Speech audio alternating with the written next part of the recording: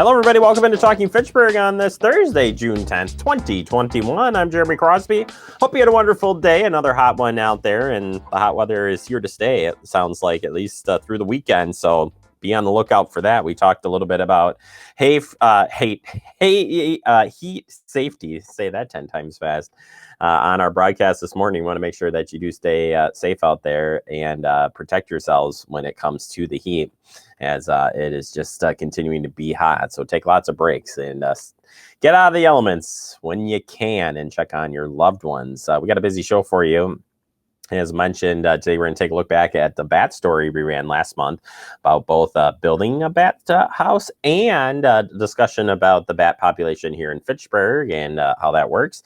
We'll take a look at both of those coming up here on the show. But first, we do turn to your headlines for the day, and we start with this regional transportation plan for the 2050 public survey. Yeah, the purpose of the Connect Greater Madison Regional Transportation Plan for 2050 is to identify how the region intends to invest in transportation systems to accommodate current travel demands and future growth, while setting investment priorities, balancing limited funds. You can join the planning process by taking the survey. That's a Regional Transportation Plan 2050 survey, public survey, and that's available at their website, the Greater Madison Regional Transportation website there. That is on your screen. All right, summer soccer at the Recreation Department early special. Sign up for our instructional summer soccer program June 20th and save $10. Yeah, what's good? What's good about saving $10? Everything. Current price with discount is $50 for resident, $60 for non-resident. Get ready to fall in love with this beautiful game, otherwise known as PL, otherwise known as soccer. What? PL? Pele. Oh, dang it. Good thing Andrew's here to correct me when I do things wrong. Learn new skills, build on the foundation, and have fun along the way. You can go to the Fitchburg Rec Department's website for more information. All right, it's Home Safety Month, and it's time to check out some of these great tips for staying safe, keeping your loved ones safe there. For more information, you can go to safekidswisconsin.org. But when's the last time that you've checked and make sure that these items are up and away, like cleaning and products? Do you have those in a safe place? Andrew, you have a lot of kids. So you probably have it locked up in a safe. You've got personal cleaning products. Well, you don't have to worry about any cleaning products because kids don't want to help you clean anyways. I'm just kidding. They'll clean because you got to make them. Medication and vitamins. Make sure they're put away. Small objects like coins, batteries, and more. Make sure that that's cleaned up. The toys just makes me cringe. Make sure. Oh, Legos. Yeah. Don't step on a Lego. Oh, my goodness. And window blinds cords. Make sure that they eliminate those. Last blinds I bought, by the way, are the ones with the no string. You just pull them down, push them up. They are amazing. Work well. We have some of the other ones, and we put it away, and my 2-year-old keeps pulling the string down. It just makes me so upset. He's also wrecked that same blind, but that's a different story. But yes, make sure you check up on that and keep those items up and away. All right, here is how you can, here is how pet waste and yard waste affects your waterways. This is a great graphic. I'm glad I came across this when I was searching around for some news stories. We've talked to you about why you should keep things on your lawn, and let's just talk about these things for a minute. So yard waste affects grass and leaves when they get into the storm drains and lakes and rivers. What do they create? The green stuff. Algae blooms. Yeah, we don't want that. It takes away the oxygen and sunlight for the fish and plants that they need to survive. What about pet waste? You need to clean up your pet waste, by the way. You got to. Pet waste is not picked up. It can also end up in our storm drains, and when it rains, it also puts health of waterways and yourself at risk. Either your pet gets sick or you get sick through diseases and parasites. So, keep our waterways clean by not blowing grass and stuff into the roadways and cleaning up your pet waste when you can. So that doesn't get in there because the storm drains can't stop everything from coming in there, right? They will make it through and into those waterways. All right, turning our attention. Would you pay to win a prize? Listen, would you pay to win a prize? Andrew, the answer is no.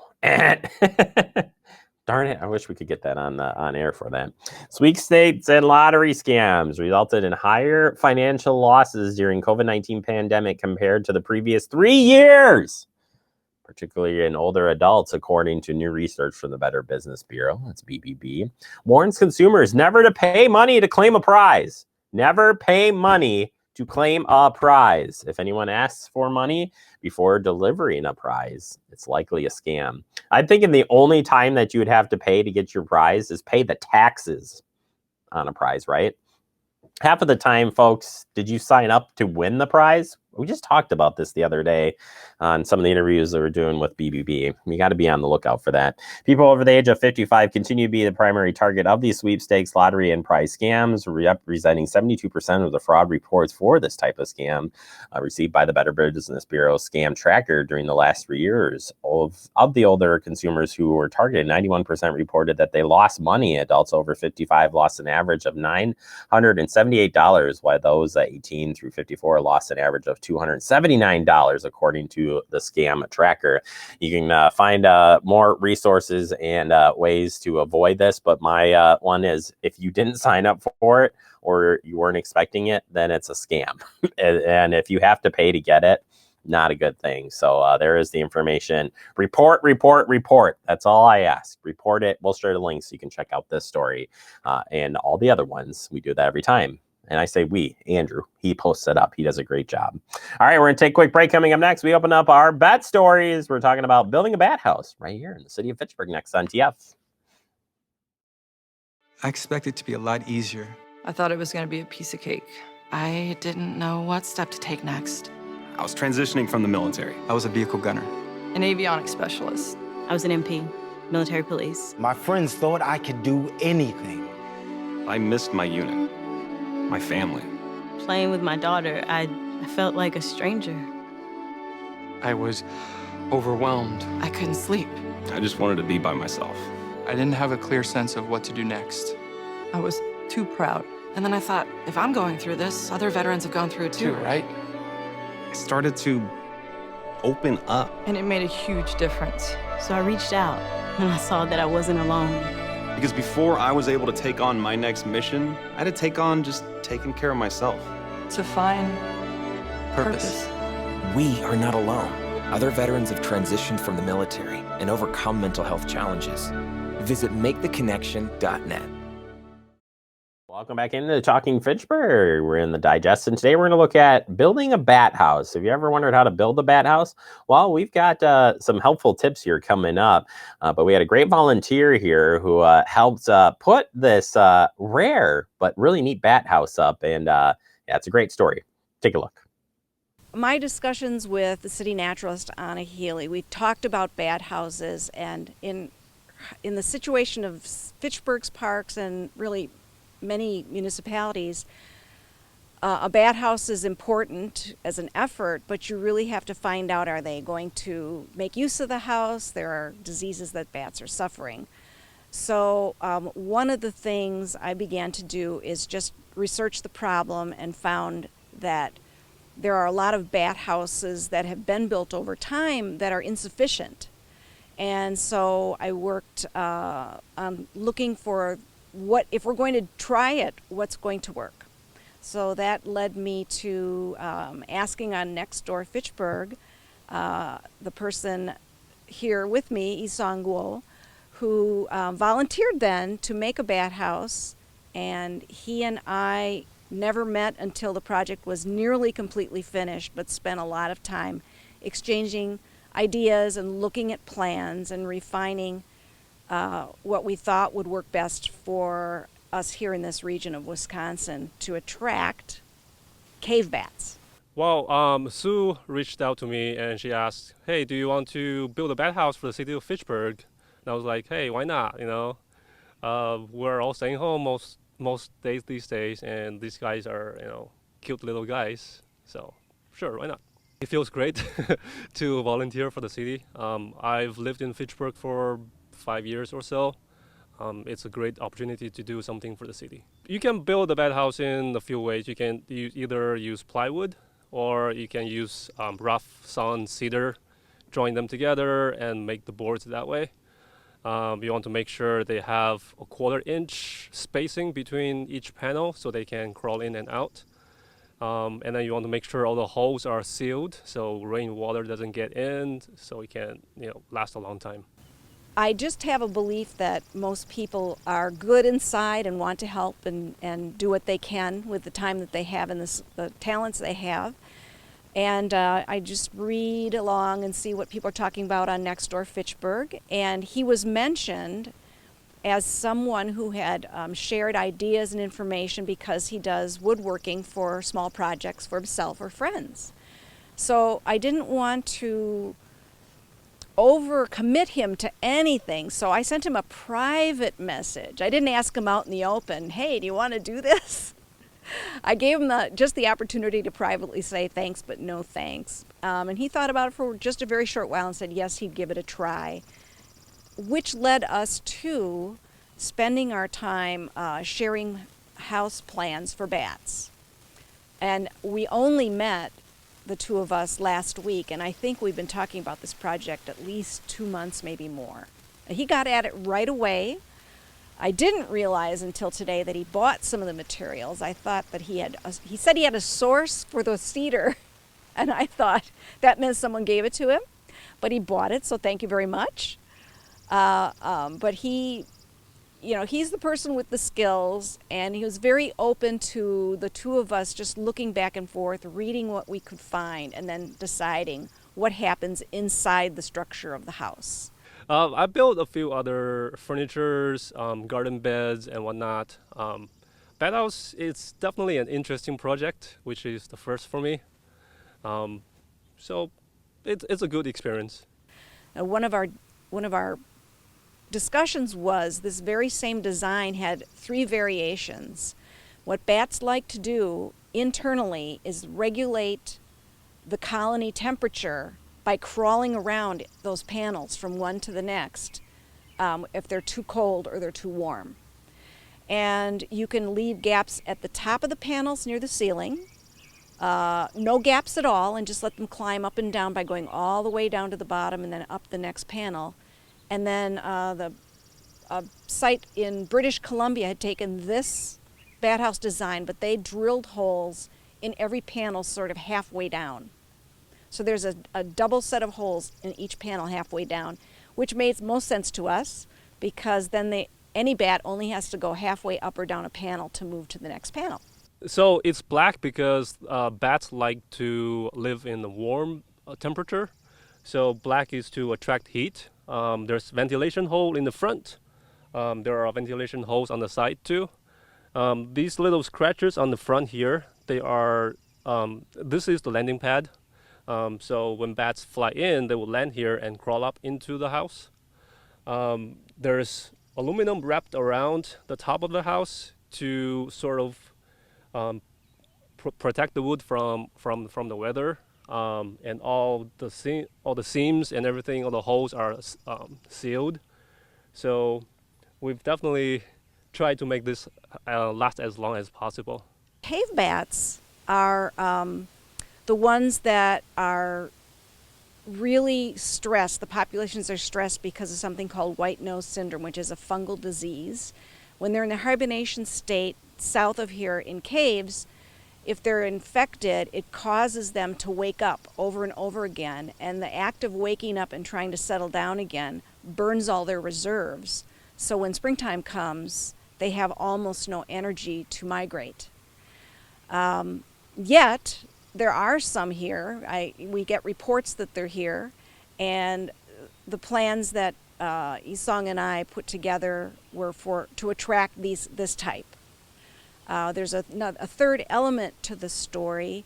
A young woman named Maura Boudry, whom you'll meet, who graduated recently from the University of Wisconsin with a degree in wildlife management. She's going to be looking at and is in the process of looking at the 3 bat houses in Fitchburg just to see, are they in good condition? Are there any bats in them? Are they in the right locations? These little guys are pretty small. They may look big with their wings open, but when they're just in there, they're actually pretty small. The spaces between panels are only 3/4 of an inch, and they can crawl in and out with no problem. Behind us here, we're in McGaw Park, and it's the largest city park by acreage size. And it's also been neglected until very recently, in that all the wooded areas were never maintained, so that they filled up with buckthorn and honeysuckle. So the open area you see behind me has been cleared out to restore it to a more natural state. You can see way in the distance there's very dense foliage. That's non-native buckthorn and honeysuckle. It takes over everywhere you aren't keeping it away. So why does that matter to bats? Well, bats like to locate near wooded areas, but the use of the woods is not available to them if it's filled up with buckthorn and honeysuckle. So I wanted to highlight also that what the park system is doing and the city is doing to little by little reclaim sections of McGaw Park, and then there's S. Johnson Park to the northeast of where we're standing right now, where they've done a job on a site about twice this size, can help with bat habitat as well. Tree bats are more likely to go in there and live in there. Cave bats would be liking to be near it, but more on the periphery. And it's going to be a challenge to find a place, the right place for it. There's the proximity to a woods, but not in the woods, within a 1/4 mile of water, because they want to be able to eat the insects that are associated with standing water. And then away from a lot of foot traffic, so there's a little bit of privacy for the bats. But it can be done, and it's with hope. Just as with our other project, there is never a guarantee, but it's the hope that you're learning and doing and trying to do what's best to draw the wildlife back in areas where they belong. I can definitely say I've learned a lot more about these little guys ever since I started this project.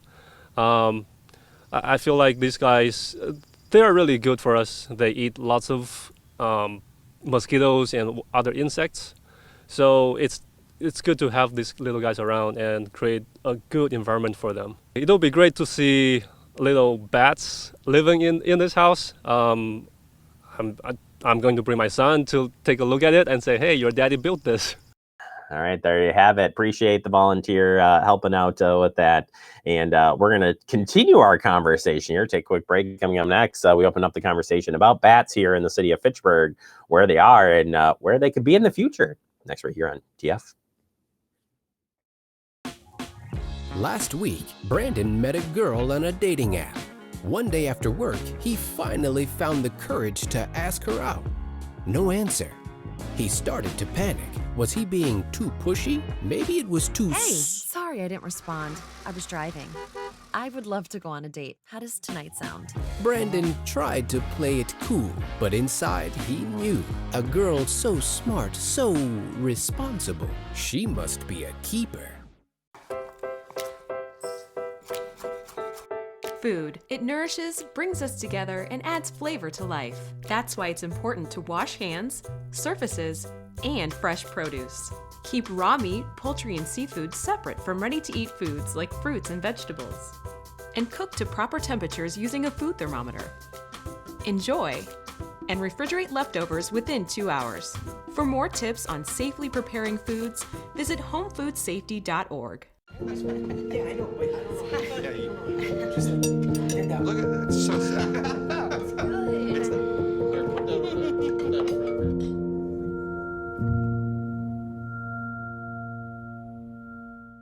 All right, we're going to continue our part here with talking about the bat house. We've seen kind of the development, talked about a little bit with Sue, and you can see her on the screen, and we've got some other guests joining us today. One, a familiar face, the Talking Fitchburg, Anna Healy. from the city of Fitchburg. She's in the middle of somewhere, so her internet is a little sketchy. We're going to do our best to keep her on the screen. And then we also have the pleasure of having Maura here, who took part in doing this Bat House survey report, which is really awesome. Going into all of this, I knew nothing about bats besides I liked watching them catch the mosquitoes at night, and that was about it. So learning a lot here on this. Let's start with Maura first. Tell us a little bit about the survey. What does this report show? What did you learn? Yeah, so the goal of the survey was to determine which bat houses in the city of Fitchburg are being used by bats, and then to try to come up with the possible reasons as to why a bat house is or is not being used. And so the hope is that the results of this survey will be used to help the city deploy more successful bat houses in the future, which would be really beneficial for our local bat populations as well as the residents, because bats can help reduce mosquito and other insect pests. And tell us, how did you go about doing the survey? This is gets interesting. Yeah, so there were basically a couple components to actually conducting the survey. First, I would visit, there's 3 bat houses in Fitchburg that I would visit, and I visited them 3 times over the course of the summer. And each time I went, I would take a couple photos of the bat houses to document their location, the habitat surrounding the bat house, and as well as like the quality of the structure. And then I would look inside of the bat house using a flashlight to see if there are any bats in there. And I would do that during the day when it's light out, because that's when bats are home and they're sleeping, because bats are nocturnal. And then there's a second part of the survey that was basically, I wrote a detailed report on my findings. And so in the report, I compared and contrasted the 3 different bat houses based on their location, the habitat, and the quality of their structures. And then I also made suggestions as to why a bat house was successful and why one wasn't. And then I included recommendations as to how we can increase bat house success here in Fitchburg. Can you talk to a little bit about why the bat population has decreased in Wisconsin? Because that also plays in, I think, to understanding what's going on here, why it's so important that we want to get bats back in Wisconsin. Yeah, so both habitat loss and a fungal disease called white nose syndrome has affected hibernating bats. It has really caused steep population declines here in Wisconsin's cave bats, to the point that in 2011, cave bats in Wisconsin became listed as state threatened. And cave bats are the species of bats that will roost within bat houses in the summer months, and then in the winter they commonly hibernate in caves.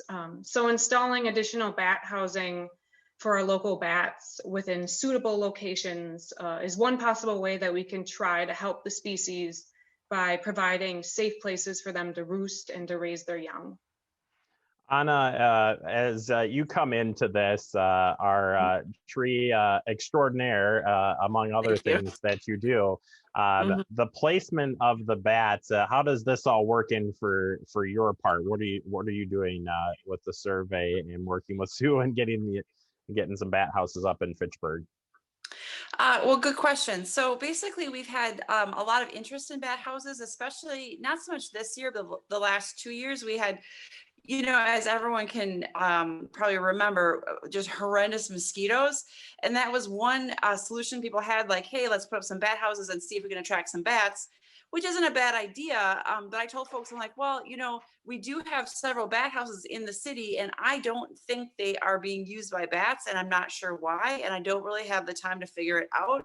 So before we just start putting bat houses up and hoping for the best, we really should take a look at our current situation and figuring out if our bat houses currently are being occupied by bats, and if they are, how many and what kind of bats, and if they're not, why not? And that's kind of where Sue came in, and she was like, okay, great, well, let me find a volunteer. And she did, which is wonderful. And then we had this wonderful study over the summer, and now we have a lot more information to work with. We've had a lot of interest in bats, and we've actually had some volunteers build some houses that weren't quite bat houses. So that's kind of part of the issue. I think the bat house that got built, that Sue facilitated getting built, actually really is a house that will attract bats. So that's the number one thing. And I think now we have some more information from Mara to know where to put them. The white nose has been a serious issue. Cave bats in Wisconsin have been reduced by up to 90%, depending on where you are. And we do have white nose syndrome in Dade County. So that's definitely a big issue. So we need to think, the other component to this is we need to think about, well, if we want bats, let's try and help out the cave bats, but also we should probably try and encourage tree bats as well. And Mara did mention that in her study, that we should leave some dead trees standing as habitat for tree bats in addition. And that's one thing that we have been trying to do. And we actually have 2 dead trees kind of in good locations in different parks that they're not going to fall on anyone if they do drop some limbs. So they're in good locations that way, and they are near ponds. So we're going to leave them in place and see if we can also attract some tree bats. And that probably brings up a good point, is where should we be putting bat houses in Fitchburg? And we'll throw this at Mara first. From what you've learned and observed, are the bat houses that we have, were they in the right places? And if not, do we have places in Fitchburg where we can put bat houses in the future? And we'll ask Anna this question too. Okay. Yes. So basically there are 3 bat houses located within various parks around Fitchburg. One's located off a walking path near the edge of like a forested area in Nannyberry Park. And then one is near the entrance of the Dolly Bike Hub within a prairie.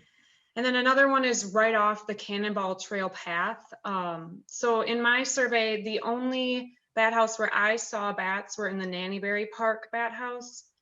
And like I mentioned previously, the goal of the survey is to determine like possible reasons for the success and failure of Fitchburg's bat houses. So one of the possible reasons I came up with as to why Nannyberry Park Bat House was the only successful one is because it's located in a less busy area and it's away from a busy road. So both the Dolly Bike Hub and the Cannonball Trail bat houses are near Seminole Highway, which is a pretty busy road. My name is Christy. How are And you? then they're also close to kind of like a busy bike trail. And this increases the risk of disturbance for the bats. And bats are really sensitive to disturbances, and the cars do present some kind of a danger for them. All right, we're going to jump out of this. You can check the full interview online. We already have it posted out there. So check us out on YouTube and Facebook for that. We'll wrap up the show next. You are watching Talking Fitchburg. It's all of our responsibility to slow the spread of the coronavirus. So follow guidance from authorities where you live and stay home unless absolutely necessary. You can still use your outdoor spaces like yards and decks. It's also okay to go for a walk or exercise outside. Wear a cloth face covering, stay at least 6 feet away from other people, try not to touch any surfaces, and wash your hands for at least 20 seconds as often as possible. Visit coronavirus.gov for the latest information. Gaining weight was easy. All I had to do was sit down and eat. Losing weight's a lot harder. I have to work at it every day. But with every step, I lower my risk for type 2 diabetes and heart disease. And that makes every step, every choice, every day very much worth the effort. Learn how you can help stop diabetes by losing weight, eating healthy, and staying active. Visit checkupamerica.org or call 1-800-DIABETES. Welcome back into Talking Fitchburg. Wrapping up the show for the day. I want to thank our guests on talking about bats. We'll follow up on the bat story. We need to go out there and check it out. I don't know if we'll ever figure out if there are bats in there, because I don't know that you can safely go look at that. We need to ask Anna that question, Andrew. Put up the graphic. Put up the graphic. Let's bat out of here. See that bat out of here? Fly out of here would have been better. Just saying. Check us out on Facebook and YouTube. I hope you come back tomorrow.